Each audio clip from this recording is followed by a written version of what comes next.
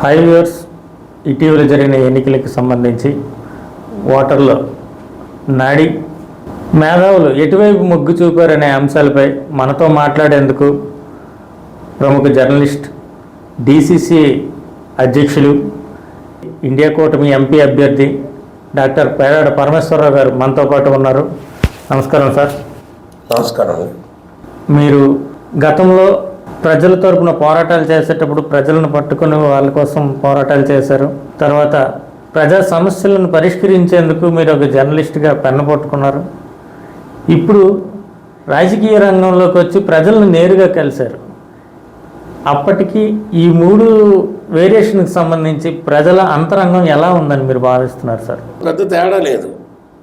ప్రజా ఉద్యమాలు చేసేటప్పుడు కానీ, ప్రజా ఉద్యమాలు అంటే రాజకీయమే, అది కూడా అంటే ప్రజలకు కావాల్సింది ఏదైతే మనం సంపాదిస్తామో, ఏదైతే మనం అందుకోవాలనుకుంటామో, అప్పుడు కూడా రాజకీయ నాయకులతో నాకు ప్రత్యక్ష సంబంధాలు, వివిధ పార్టీ నాయకులతో అందరితో కూడా నేను కలిసిమెలిసి ఉండేవాడిని. ఈ క్రమంలో ప్రత్యక్షంగా రాజకీయ నాయకులతో కూడా పార్టిసిపేట్ చేసేవాడిని ఎన్నికలు. జర్నలిస్ట్గా ఇది నాకు మరింత అవకాశం కలిసి వచ్చింది కనుక అప్పటికిప్పుడు నాకు పెద్ద తేడా ఏం కనిపించలేదు. నేను వాళ్ళతో కలవడం, తిరగడం మామూలు. ఇదంతా జిల్లా అంతా నేను ముందు తిరిగిందే. అయితే ఇప్పుడు ఇండియా వేదికగా కాంగ్రెస్ పార్టీకి ఓటేయండి, హస్తం గుర్తుకు ఓటేయండి, నేనే అభ్యర్థిని, అలాగే పలానా శాసనసభ అభ్యర్థి పలానా వాళ్ళు, నేను ఎంపీ అభ్యర్థులని 7 నియోజకవర్గాల్లో తిరిగాను. ఏ నియోజకవర్గం తిరిగేటప్పుడు ఆ నియోజకవర్గం శాసనసభ అభ్యర్థిని కూడా పరిచయం చేశాను. ఇదే తేడా. అంతకుముందు నేను పరిచయం చేసేవాడిని కాదు, మౌనంగా తిరిగేవాడిని వెనక. నేను ఎవరికైనా మద్దతు ఇస్తే ఇండైరెక్ట్గా వాళ్ళకి ఓటేయమని చెప్పేవాడిని, సపోర్ట్ చేసేవాడిని. ఇప్పుడు డైరెక్ట్గా నన్ను గెలిపించండి ఇండియా వేదిక అభ్యర్థిగా, నా కాంగ్రెస్ పార్టీ అభ్యర్థిని గెలిపించండి అని ప్రచారం చేశాను. ప్రధాన పార్టీలు ఇప్పుడు ఏవైతే ఉన్నాయో వాటికి ధీటుగా కాంగ్రెస్ పార్టీని బలంగా అభ్యర్థులను పరిచయం చేయడంలో అయితేనేమి, ప్రచార శైలిలో అయితేనేమి, వాళ్ళకి మీకు తేడాలు కొన్ని ఉన్నాయి. దానికి కారణం ఏమంటారు అనుకుంటారు? వాళ్ళకి మాకు తేడాలంటే, పార్టీ ఈసారి చాలా స్పీడ్గా మేము రంగంలోకి దిగాం. ప్రధాన ప్రత్యర్థులకు ధీటుగా ప్రచారం వరకు వెళ్ళగలిగాం. ప్రచారం అందరితో పాటు సమానంగా చేసాం. అన్ని నియోజకవర్గాలు, దాదాపుగా కొన్ని నియోజకవర్గాలు అటు ఇటుగా ఉండొచ్చు. నా పార్లమెంట్ నియోజకవర్గంలో 7 శాసనసభ నియోజకవర్గాలు, 7 నియోజకవర్గాల్లో కూడా ప్రచారంలో ఎక్కడ మాకు డోకా లేదు. ప్రధాన పార్టీలకి తోడుగా మేము కూడా వాళ్ళకి ధీటుగా సైకిల్ ర్యాలీలు చేసాం, ఇంటింటికి ప్రచారం నిర్వహించాం, కరపత్రాలు పంచాం, ఆటోలు, అలాగే ప్రచార రథాలు. మా అభ్యర్థులు ఎందులో కూడా వెనుకాడలేదు. ఏదో ఒకటి అరా చిన్న లోపాలు ఉంటూ ఉంటాయి. మా ఇంటికి రండి కార్యక్రమం ద్వారా మీరు గతంలో కాంగ్రెస్ పార్టీ నుంచి బయటికి వెళ్ళిపోయిన వారందరినీ తిరిగి మళ్ళీ పార్టీలో కలుపుకున్నారు. పార్టీ బలం అయితే పెరిగింది, కానీ ఆ స్థాయిలో ఓటింగ్ అనేది జరగలేదని బయట ఒక ప్రచారం జరుగుతుంది. ఇది వాస్తవమని అంటారు? వాస్తవం. ఓటింగ్ ఆ స్థాయిలో జరగలేదు అని మాకు కూడా అనిపిస్తుంది. ఎందుకంటే ఇవన్నీ దాచేస్తే దాగని నిజాలు కదా. ఏమైందంటే, ప్రధానంగా రాష్ట్రంలో ఉన్నటువంటి అనేకమైనటువంటి అంశాలు ప్రభావం చూపిస్తాయి. గత కొంతకాలంగా తెలుగుదేశం పార్టీ ఏదైతే ఇప్పుడు ఎన్డీఏ కూటమి, తెలుగుదేశం పార్టీ, జనసేన, బీజేపీ అయితే ఏదైతే ఉందో వాళ్ళు, అలాగే వైసీపీ, ఈ రెండు కూడా డి అంటే డి అని జనం మధ్యకు వెళ్ళాయి. 4 నెలల ముందు నుంచే వాళ్ళు స్థానికంగా ఉన్నటువంటి నాయకుల్ని వాళ్ళందరినీ ప్రసన్నం చేసుకున్నారు. స్థానికంగా ఉన్న నాయకులకు తాయిలాలు అందించగలిగారు, డబ్బును వెదజల్లారండి. 2 పార్టీలు పోటీలు పడి డబ్బుని 3-4 నెలల ముందు నుంచే వాళ్ళు డంప్ చేసుకుని వాళ్ళు జాగ్రత్త చేసుకున్నారు. ఇందులో మేము వెనకబడ్డాం. ఈ ఎన్నికల్లో మీకు పార్టీ ఫండ్ రాలేదు, అందువల్ల వెనుకబడిపోయే ప్రచారంలో కానీ ఓట్లు తెచ్చుకోవటంలో కానీ వెనుకబడిపోయారు అనే ఒక వాదన అయితే ఉంది. అది వాస్తవం అని అంటారా? ఎంత అభ్యర్థులకు ఉన్నదో అంత ఖర్చు పెట్టారు. శక్తికి మించి చాలామంది చాలా ఖర్చు పెట్టారు. పార్టీ ఫండ్ అనేది కొద్దిగా వస్తే ఇంకా బాగుండేది. ఎవరికి రూపాయి పార్టీ ఫండ్ రాలేదు, అంతవరకు వాస్తవం.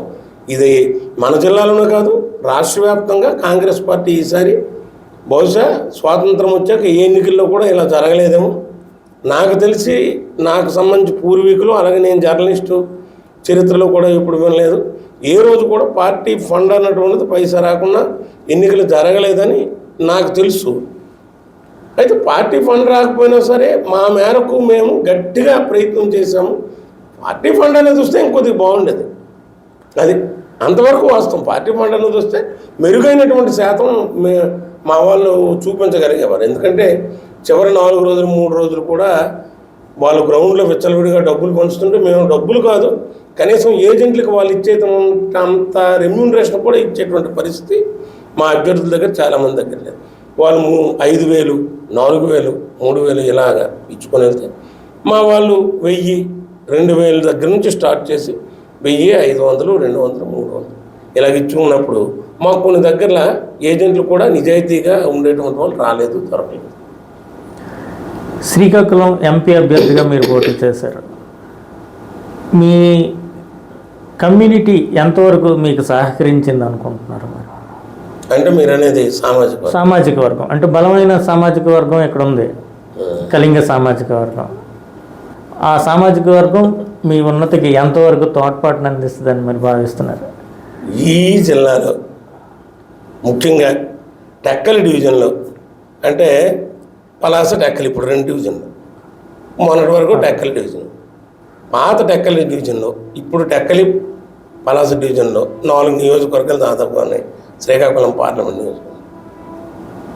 మీకు ఈ నియోజకవర్గాల్లో ఈ డివిజన్లో స్వాతంత్రం వచ్చినప్పటి నుంచి ఇప్పటి వరకు ఎప్పుడూ కుల ప్రభావం లేదు. అసలు సామాజిక వర్గం కార్డు అన్నటువంటిదే ఎవరైనా మాట్లాడితే అది శుద్ధ దండగ.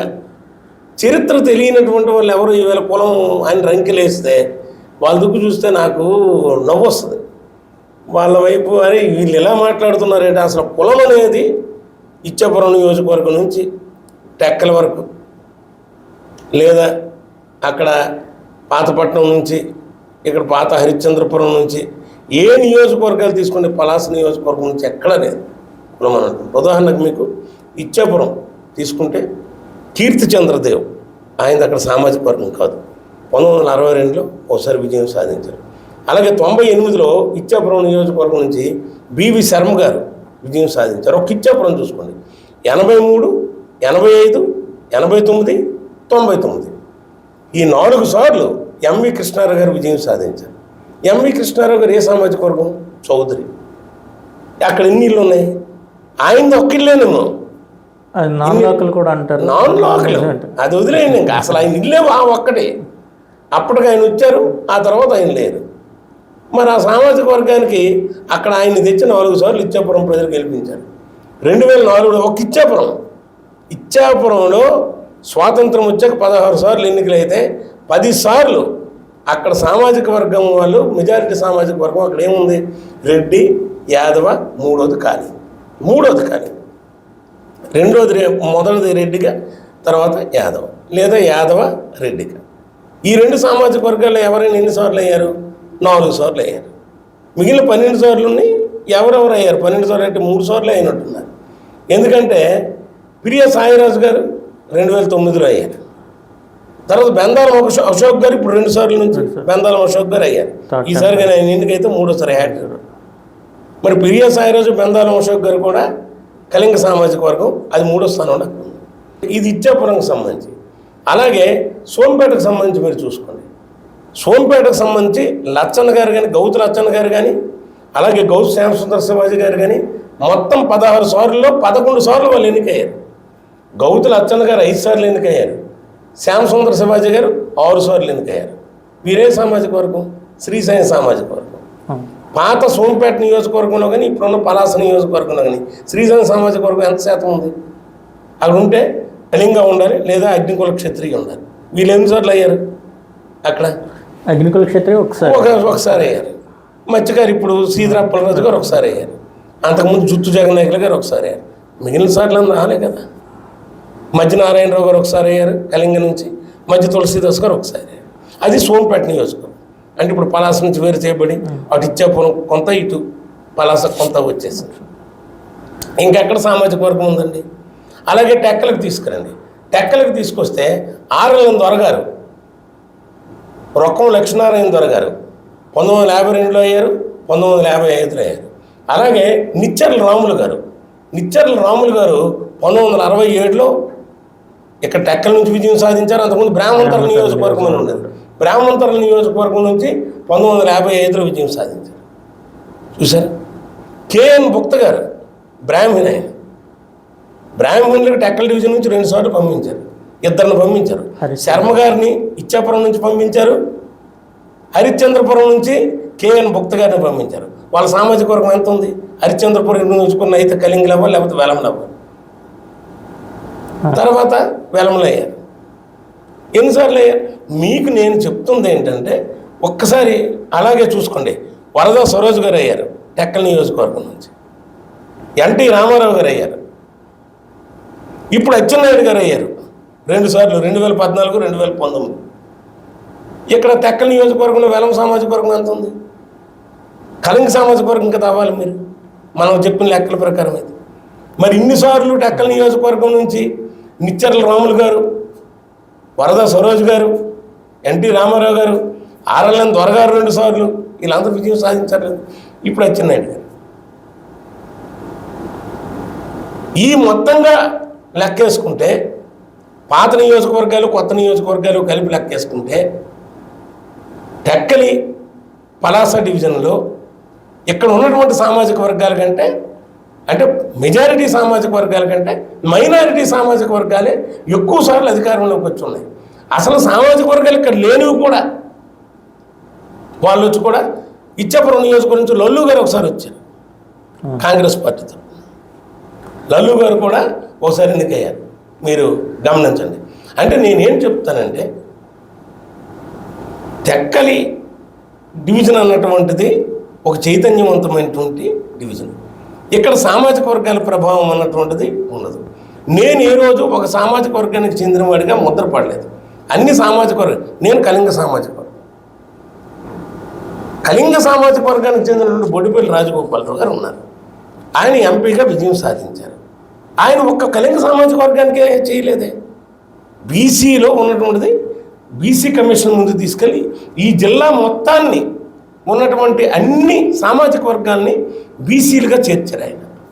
ఆయన ఒక కళింగులకి పరిమితం కాలేదు. నేనేమంటానంటే నాలాంటి వాడికి ఒక బ్రాడ్ థింకింగ్ మనం చేస్తే జిల్లా ఒక యూనిట్, సామాజిక వర్గం ఒక యూనిట్ కాదు. ప్రజలకు ఆలోచించలేదు. ఇంకా తర్వాత మిగిలిందేంటి? మీకు శ్రీకాకుళం పార్లమెంట్ నియోజకవర్గంలో ఆమదాల వలస ఉంది.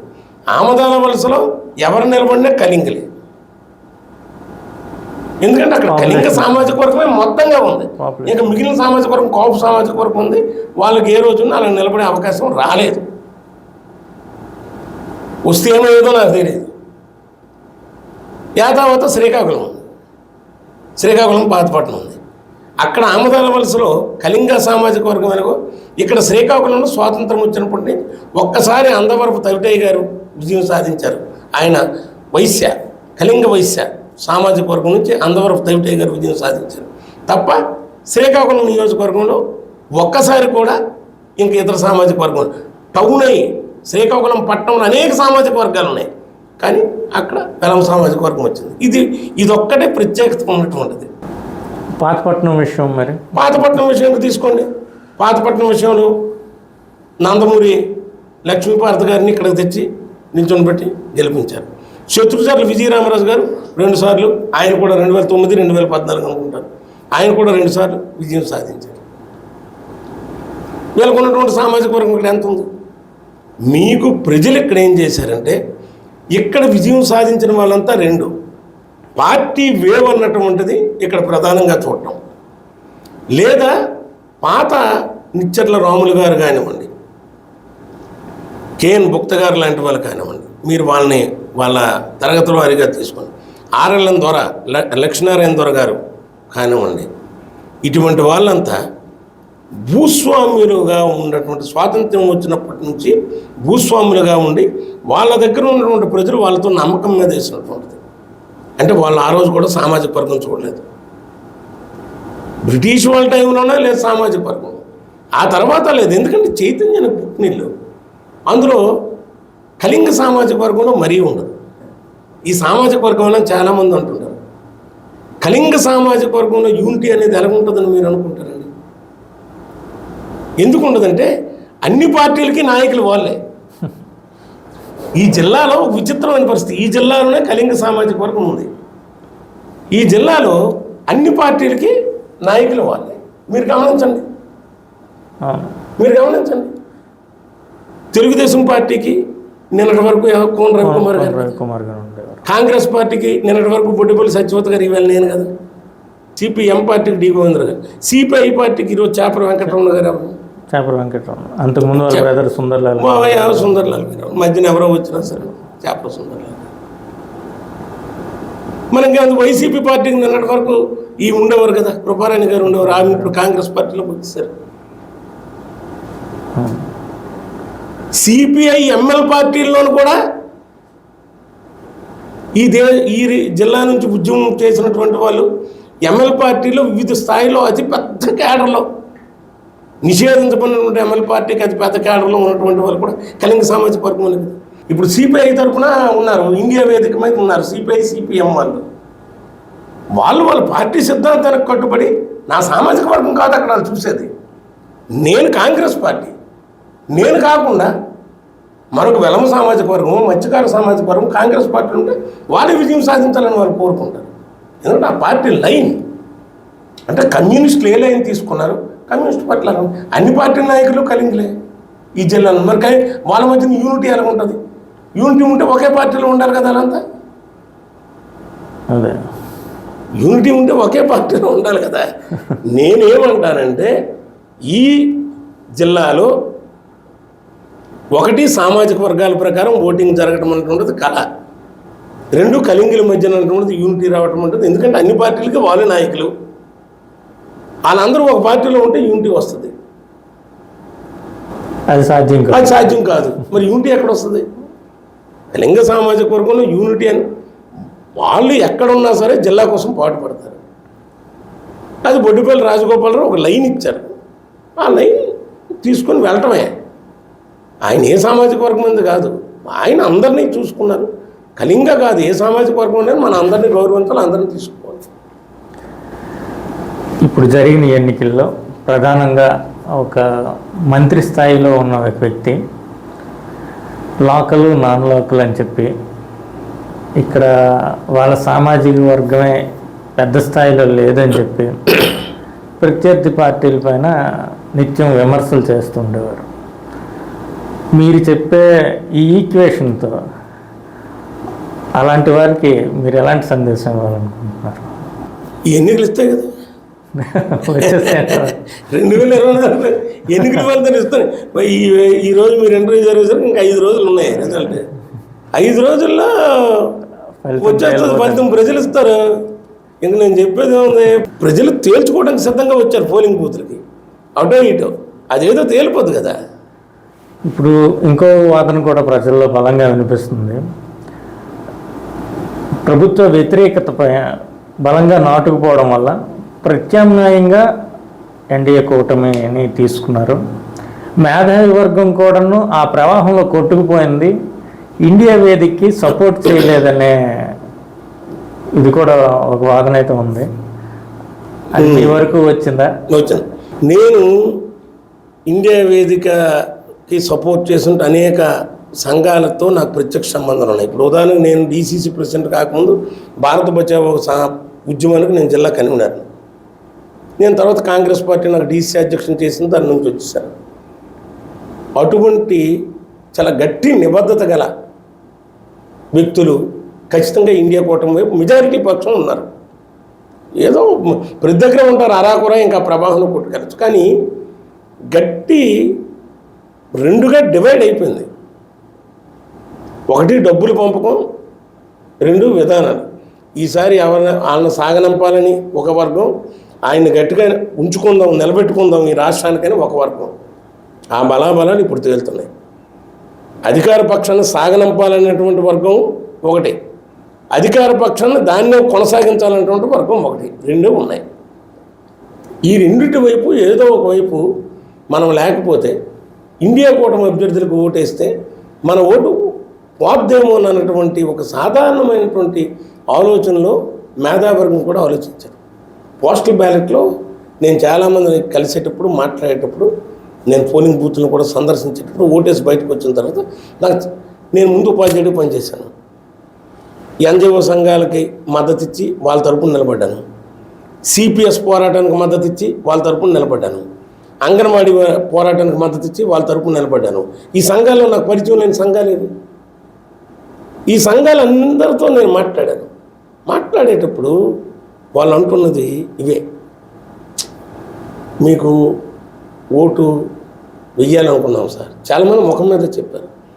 కానీ మరి గెలిచే పరిస్థితి రెండిట్లో ఏదో ఒకటి ఉంది కదా, మేమేదో తేల్చుకోవాలని వాడికే ఇస్తాం సార్, మేమేదో తేల్చుకోవాలని వీడికే ఇస్తాం సార్ అన్నా. ఓటు వేస్ట్ అయిపోద్ది. Vote waste. కానీ నేనేమంటానంటే నువ్వేటో తేల్చుకోలేకపోతున్నావు. నువ్వు అసలు ఏమిటి, నిన్నటి వరకు నువ్వేమన్నావు, ఈ దుష్ట బీజేపీ దీని ప్రైవేటీకరణ విధానాలు, కార్పొరేటీకరణ విధానాలు నశించాలి, సిపిఎస్ రద్దు చేయాలి. ఈ ఎన్నికల్లో ఇంత మేనిఫెస్టో ఇచ్చాడు, చాంటాదంట మేనిఫెస్టో తెలుగుదేశంలో జనసేనలో. సిపిఎస్ గురించి ఒక మాట్లాడారండి. ఉద్యోగస్తులు తెలుగుదేశం ఓటేశారంటే నిన్నటి వరకు సిపిఎస్ రద్దు కావాలని రోడ్ల మీద పడిన ఉద్యోగస్తులు ఈవేళ తెలుగుదేశం ఓటేసినట్టు నాకు కొంతమంది చెప్తే నేను వాళ్ళకి ఏమనాలి? అంటే నువ్వు ఒకవేళ పార్టీకి ఓటేస్తే నువ్వు ఓడిపోయావు, లేదా ఒక ఉద్యోగస్తుడు వైసీపీకి ఓటేశానంటే ఇండియా కూటమికి కాకుండా వైసీపీకి నేను ఓటేశాను అని చెప్తే నేనేం భావించాలి? నువ్వు నిన్నటి వరకు ఏమన్నావు? ఈ ప్రభుత్వ విధానాలు వినాశకరం, అసలు ఉద్యోగ వ్యతిరేక ప్రభుత్వం ఇది, ఈ ప్రభుత్వాన్ని తక్షణం గద్దెదించాలి అని చెప్పి ఓటు దగ్గరికి వచ్చేసరికి నువ్వు లోకల్ స్టాండ్స్ తీసుకుంటే నువ్వు ఓడిపోయావు. నీకు నువ్వు ఓటమి తీసుగా అంతసేపు లైన్లో నిలబడి ఓడిపోవడానికి అంత కష్టపడి చెమటలు పట్టి పోస్టల్ బ్యాలెట్ ఓటు వర్ణాతీతం క్రిక్కిరిసి జనం మధ్య నుండి నువ్వు వెళ్ళి అక్కడ ఓడిపోవడానికి నువ్వు అంత తహతలాడితే నేనేం చేస్తానండి వాళ్ళతో? అంతమందికి నేను అన్నాను అంటే ఆ కొంతమందికి మరొకటి కూడా ఉంది, పొరపాటు జరిగింది. వాళ్ళ కరెక్ట్ లైన్ ఇవ్వటంలో మాకు టైం తక్కువైంది. ఉద్యోగస్తులు ప్రత్యక్షంగా కలిసి వాళ్ళ కూర్చొని పెట్టి మన లైన్ ఇదని ఇండియా కూటమి సభ్యులతో కలిసి చెప్పడానికి మాకు టైం తక్కువైంది. అది కూడా కొంత కారణం. కొంతమంది అయినా కలిసిన తర్వాత కూడా చెప్పిన తర్వాత కూడా బలమైన సంఘాల నాయకులు అన్నారు కూడా మౌనం వహించి ఆ లైన్లోకి వెళ్తే నువ్వు ఓటమికి సిద్ధంగా ఉంటే కాషాయీకరణకు వ్యతిరేకంగా నడుం బిగించాలన్నోళ్ళు, ప్రైవేటీకరణ కార్పొరేటీకరణకు వ్యతిరేకంగా ప్రపంచమంతా ఏకం కావాలి, కార్మిక లోకం ఏకం కావాలి, వాళ్ళ మద్దతు ఇవ్వాలన్నోళ్ళు, ఈవేళ ఉద్యోగాలు భర్తీ చేయాలన్నోళ్ళు, మెగా డిఎస్సి కావాలన్నోళ్ళు, సిపిఎస్ రద్దు కావాలన్నటువంటి వాళ్ళు, నిజంగా వాళ్ళందరికీ ఆమోదయోగ్యమైనటువంటి మేనిఫెస్టో ఒక కాంగ్రెస్. అందులో కాంగ్రెస్ మేనిఫెస్టో మిగిలిన పార్టీలకు తుస్సు తస్సు కాదు, వాళ్ళు ఏదంటే చేస్తారు. అది నిరూపణ అయింది. అందులో ఇచ్చిన వాడు ఎవడో రాహుల్ గాంధీ. ఆయన మాటలు చెప్పే మనిషి కాదు, పనుల చాణక్యుడు. ఆయన పనులు చేసి చూపించాడు. మన ఎదురుగా 4 రాష్ట్రాలు 5 రాష్ట్రాల్లో ఉన్నాయి. వాళ్ళు ఎవరో అక్కడి నుంచి విమర్శలేదు. అటువంటి మేనిఫెస్టోని పట్టుకుని మేనిఫెస్టో మీకు కావాల్సినవన్నీ ఇచ్చినటువంటి మేనిఫెస్టో ఈవేళ ఒక్కటే. ఉద్యోగాలు రిక్రూట్మెంట్ మేము పెద్ద ఎత్తున చేస్తాం నేను ప్రకటిస్తే, తర్వాత అధికారంలోకి వచ్చిన వెంటనే అగ్నిపథ్ పెట్టాడు కదా. ఆ అగ్నిపథ్ అన్నటువంటిది ఒక బానిసత్వానికి ప్రతీక. దాన్ని తక్షణం రద్దు చేస్తామని ఒక పెద్ద నిర్ణయాన్ని రాహుల్ గాంధీ లాంటి వ్యక్తి ప్రకటిస్తే మీకు ఓటేయటానికి కాషాయకరణకు వ్యతిరేకంగా ఓటేస్తామన్నారు, ఓడిపోవడానికి లైన్లో మీరేంటంటే విజయం సాధించిన వాడికి ఓటేస్తాం అనుకుంటున్నారు. నేనేమంటున్నానంటే మీరేంటో చూపిస్తే, ఈవేళ మీ స్ట్రెంత్ చూపిస్తే అధికారంలోకి ఎవడొచ్చినా మీకు జడిసేవాడు. వీళ్ళ స్ట్రెంత్ ఉందరా ఇంత, వచ్చేసరి మనం వీళ్ళకి వ్యతిరేకిస్తే బాగుండదు అని. మీ స్ట్రెంత్ ఏదో మీరు ఈవేళ చూపించకపోతే, ఇండియా వేదిక, ఇండియా ఫారం వైపు మీరు నిలబడకపోతే ఈవేళ అది మా తప్పిదం కాదు, మీ తప్పిదం. ఎందుకంటే మిగిలిన ఓటర్లకి వాళ్ళు తప్పు చేశారని నేను అన్నాను. డబ్బులు వాళ్ళు ఇచ్చారు, వీళ్ళు ఇచ్చారు, వాళ్ళ నిర్ణయం వాళ్ళు తీసుకున్నారు, వాళ్ళే కరెక్ట్. ఇద్దరి దగ్గర డబ్బులు తీసుకున్నారు, వాళ్ళ నిర్ణయం వాళ్ళు తీసుకున్నారు. కానీ ఉద్యోగస్తులు ముందు నుంచి ఒక నిర్ణయం తీసుకొని అక్కడికి వెళ్ళేసరికి బేలైపోయి వాళ్ళు ఓడిపోతే నేనేం చేస్తాను? ఏం చేయలేను. కొంత అది మీరు అన్నిది కనపడదు నాకు. అయినా బుద్ధజీవులు ఖచ్చితంగా ఇండియా కూటమికి, ఇండియా వేదికకి ఓటేసిన వాళ్ళు ఉన్నారు, ఇండియా ఫామ్ని నిలబెట్టిన వాళ్ళు ఉన్నారు. వాళ్ళు మాకు ఆ ఓట్లు ఇస్తారు, వాళ్ళు విజయం సాధిస్తారు, మాకు విజయం సాధించేందుకు ముందుకు తీసుకెళ్తాం. మా పర్సంటేజ్ అన్నటువంటిది ఖచ్చితంగా మేము చూపిస్తాం. మాకు ఇంత ఉంది, ఇది ప్రజా గొంతు, ఇది ప్రజా గొంతు, వెల్లువలా కొట్టుకుపోయే గొంతు కాదు, ఇది ఖచ్చితంగా నిలబడే గొంతు అని మేము చూపిస్తాం.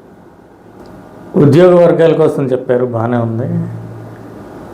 మీతో పాటు అడుగులు వేసిన ఇండియా వేదికలో ఉన్నటువంటి కమ్యూనిస్ట్ పార్టీల వారు, ఆ నాయకులు, ఆ శ్రేణులు మీకు ఎంతవరకు సహకారం అందించేశారు? శ్రీకాకుళం జిల్లాలో ఉభయ కమ్యూనిస్ట్ పార్టీలు మాకు సహకరించాయి.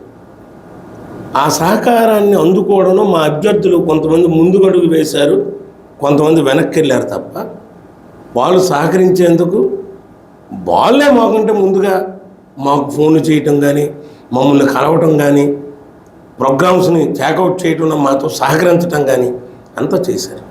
ఎందుకంటే వాళ్ళు కాంగ్రెస్ పార్టీని లౌకిక తత్వానికి అనుగుణంగా అభిమానించారు. ఇండియా వేదిక ఒక దేశానికి ఖచ్చితంగా మోడీకి కాషాయీకరణకి, ప్రైవేటీకరణకి ప్రత్యామ్నాయ వేదిక. అందులో ఈ రాష్ట్ర ప్రయోజనాలన్నీ ఖచ్చితంగా కావాలంటే ఇండియా వేదిక అవసరమని నమ్మినటువంటి వాళ్ళు. ఉదాహరణకు నేను ఇందాక మీకు చెప్పడం మర్చిపోయాను, స్పెషల్ స్టేటస్, అలాగే మైనారిటీలకు భద్రత. ఈ రెండు కాంగ్రెస్ పార్టీ ద్వారా, ఇండియా కూటమి ద్వారా సాధ్యమవుతాయి. అందుకనే అనేకమైన ఎంఎల్ పార్టీలు కూడా సపోర్ట్ చేసి, ఇప్పుడు ఉదాహరణకి మన జిల్లాలో CPML, new democracy, Maddila Malleswara Rao గారు బహిరంగంగా ఇండియా వేదిక ఓటు వేయండి అని పిలిపించారు. అంటే ఇంకేం కావాలండి? సిపిఐ పార్టీ చేసింది, సిపిఎం పార్టీ చేసింది, అనుబంధ సంఘాలన్నీ వాళ్ళందరికీ చెప్పారు. వాళ్ళు సందేశం ఇవ్వటం వరకు ఎటువంటి అరమరికలు లేవు. పార్టీ అగ్రనాయకత్వం ఇచ్చిన సందేశాన్ని ప్రజలు రిసీవ్ చేసుకుంటున్న మాకు టైం ఒకటి లేదండి. మాకున్న ఇబ్బందులు మాకున్నాయి.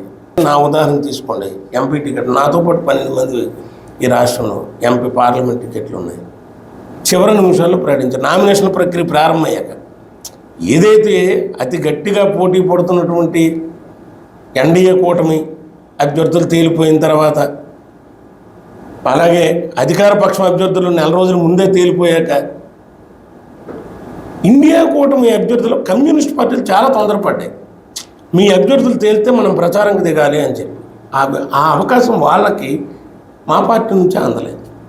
నన్ను తీసుకోండి, 21, నాతో పాటు మిగిలిన వాళ్ళందరికీ 21, 22 ప్రకటించారు. 23 నామినేషన్ వేసి బీ ఫారం తీసుకోవడానికి మేము అక్కడికి వెళ్ళి బీ ఫారం తీసుకొని వచ్చి, తర్వాత ఈ 2-3 రోజులు తతంగం ఉంది కదా, ఈయన కలెక్టర్ ఆఫీస్కి తిరిగేసరికి సరిపోయాయి. ఆ తర్వాత మేము ప్రచారంకి వెళ్ళాం. ఈలోగా కాంగ్రెస్ పార్టీలో ప్రచారంకి వెళ్ళకూడదు కదా, నేను అభ్యర్థిని, నేను ప్రచారంకి వెళ్ళకూడదు. డీసీసీ అధ్యక్షుడిగా నాకు ఒక వెసులుబాటు ఉంది, డీసీసీ అధ్యక్షుడిగా వెళ్ళొచ్చు, కానీ నేను ఎంపీ అభ్యర్థిగా నేను వెళ్ళకూడదు కదా. పార్టీ విధానాలు అవి. నేను పార్టీ విధానాలను గౌరవించే వ్యక్తిగా నేను ఎంపీని, నేను ఎక్కడికి వెళ్ళలేకపోయాను. 7 నియోజకవర్గాలు, 10 రోజులు నాకు ఉన్న టైం.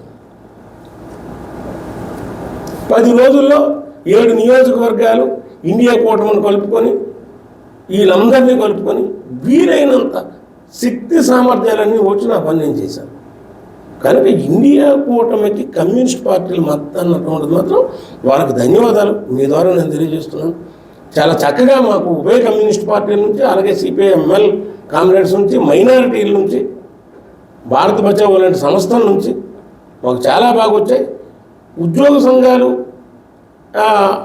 అదే విధంగా కమ్యూనిస్ట్ పార్టీ అనుబంధ సంఘాలు అన్నటువంటి ఏ మేరకు మాకు చేసే ఆ టైంలో ఉంటే ఇంకా మేము మా వాయిస్ను వాళ్ళకి చెప్పి ఖచ్చితంగా మనం ఓడిపోకూడదని చెప్పాలి కదా.